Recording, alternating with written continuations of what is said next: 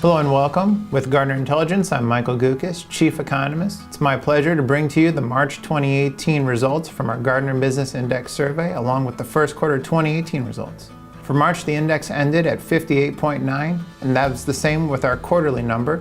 We saw during the quarter that supplier deliveries were much more responsive than they were in 2017, during which time we saw a gap open up between new orders and supplier deliveries.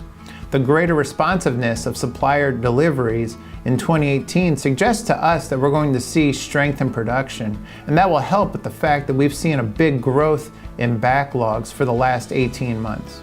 The Gartner Index is still being driven primarily by new orders and production, but we believe that the growth in new orders, production, and supplier deliveries will help to decrease the backlog and help with just making 2018 one of the best years we've probably seen since at least 2012.